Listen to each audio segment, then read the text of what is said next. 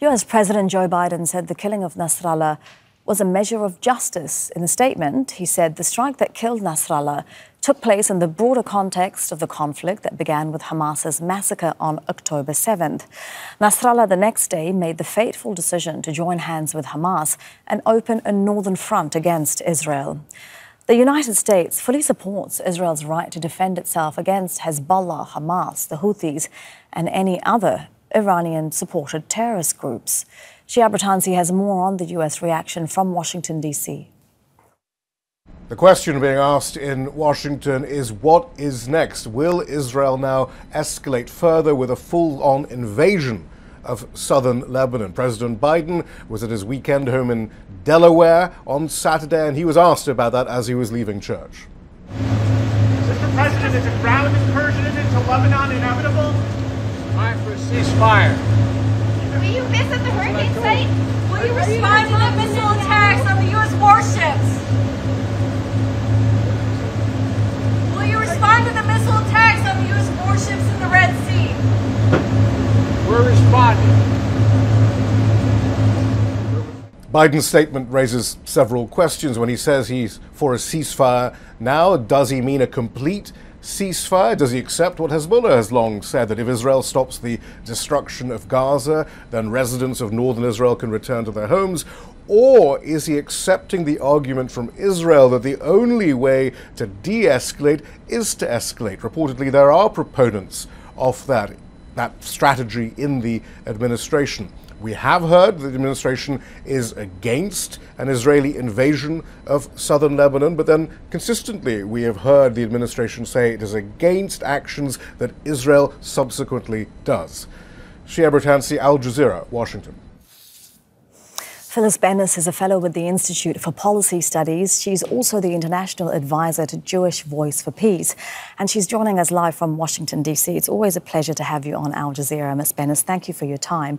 So the U.S. administration's reaction to Nasrallah's death is in line with their stance on Israel's actions since October 7th. But given that it looks like Israel has broken several laws in its operation to kill Nasrallah, how much do you think will the U.S. lack of acknowledgement of Israel's conduct, let alone criticism, only embolden Israel, which is already doing whatever it wants? Well, I think, Elizabeth, that what we're seeing is very much what we've seen for almost a year regarding Gaza. The United States and its president says one thing, says we need a ceasefire, we don't want to expand the war. But the actions are what Israel is responding to. The actions of the United States, the actions of President Biden are to continue sending weapons and money that enable the genocide in Gaza and the war that's increasing in Lebanon. So sending 2,000-pound bombs, that's what was used apparently in the assassination of Nasrallah, and sending B-15 planes to drop those bombs, apparently those were the planes that were used, that is the message that gets through to Netanyahu and to the rest of the Israeli leadership. It seems that what they say does not matter because what they do doesn't match what they say. It's so different, isn't it? It's really interesting, the points that you're making about the possible U.S. weapons being used in this operation, because we do believe that civilians have been killed in this operation, which is a clear violation of international law. And again, on your point about the words not matching the actions, it's clear from the U.S. actions that it doesn't care about tens of thousands of Palestinian civilians, including children, being killed. But is there anything about a wider regional war that you think would force the U.S. to use the leverage it has with Israel? Would U.S. interests in the region be threatened by a wider regional war? I think it all comes down to how we define U.S. interests and U.S.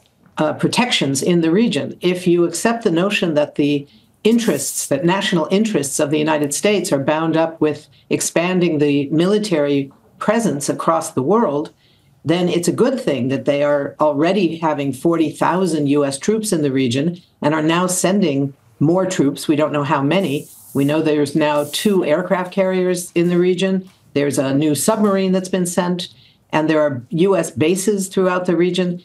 So that expansion of U.S. power is part of how people in Washington tend to define what is a U.S. interest, what is in the interests of this country. For those of us who don't think that the military approach has any potential to actually keep anyone safe in this country or anywhere else in the world, it's a huge problem. It's not a solution. But this is what we're now seeing as the U.S. response. We're hearing, again, calls for ceasefire at the same time that the U.S. is now sending U.S. troops, as well as continuing to send more weapons. Just yesterday, the White House approved the use of another $8 billion worth of weapons that are now being approved to be sent to Israel immediately. So all of the talk about ceasefire means nothing. It means nothing as long as they continue to send these weapons and now send troops. Do you think that this U.S. administration wants a bigger military presence in the Middle East? I mean, this is the same administration that had that disastrous withdrawal from Afghanistan precisely because it didn't want such a presence in the Middle East. I think that overall, ironically enough, I actually think that President Biden does not want to expand the war. And I think he is somewhat concerned about the conditions facing Palestinian civilians in Gaza. The problem is his concerns don't matter if he doesn't act on them. And he's not acting on them. I think right now, earlier in Gaza, what we are seeing is that the commitment of this administration and the commitment of President Biden individually to Israel in this broadly defined way of talking about the defense, which, of course, as the occupying power, Israel does not have an Article 51 right of self-defense in the way that a country would if it was invaded by another country. The U.S. has seen that same problem with Afghanistan. But in this context, I do believe that the administration, including President Biden, would prefer not to see this war expanded. But they are not willing to stop providing all the weapons that Israel wants, including the most lethal forces in the U.S. arsenal, these 2,000-pound bombs, F-15 and F-16 warplanes, all of those things. Yeah. They're not willing to stop that. That's the only way that the call for a ceasefire can be made real. And the whys of that need a whole nother discussion, but we'll run out of time. Ms. Bennis, thank you as always for your analysis. We really appreciate it. Phyllis Bennis in Washington, D.C. Thank you.